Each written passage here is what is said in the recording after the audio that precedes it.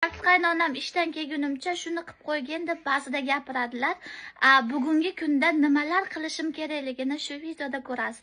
Lekin u narsalarni qilmadim. Qaynonamning reaksiyasini ko'ramiz. Nam ketishlaridan oldin shu musulda to'kib qo'ygin deyishganda to'kilmagan, shuni o'tiribdi. Yana kosmetika turadigan joyini hatsabi keraksizlarini olib tashlagin, chiroyli qilib qo'ygin dedilar, lekin bardak bo'lib turibdi. Itvachani ovqati chiqib qolishi mumkin. Bunaqa turmasin hech qachon deb gapiradilar. Yaxshilab qarab turgin dedilar, lekin bu ham shuna turibdi.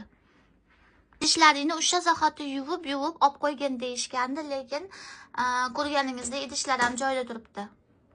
Bolang aqa-baqa sochib yurgan kiyimlarini sen qarab yig'ishtirib turgin. Har xil joyga sochib yurmasin kiyimlarini deganlar, lekin bu ham shuna turibdi.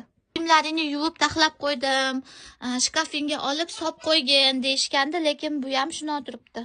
To'kilgan sochlarni itvacha yeb qo'yyapti deb pilisoslagin deyishgandi, lekin pilisoslamadim. Sochlar shuna turibdi. Nimaga bolamning o'yinchoqlarini ham aqa-baqa sochib tashlayman, ko'ramiz. Bu bardakka qaynonam nimadirkin.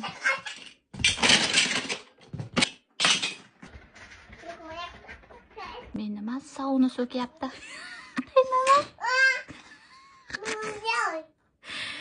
Sovuga qildi deb o'ylab shu narsalarni sovuni so'kyapti. Nima qilding deb.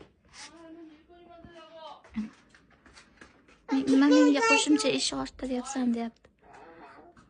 Sovuni so'kyaptilar. Qaynonam o'zlari yig'ishtiryapti. Nima qaynonasi yana shunaqa. Agar duxiylar yetsa, meni challenge'imni qaytarib ko'ringlar. Xayr.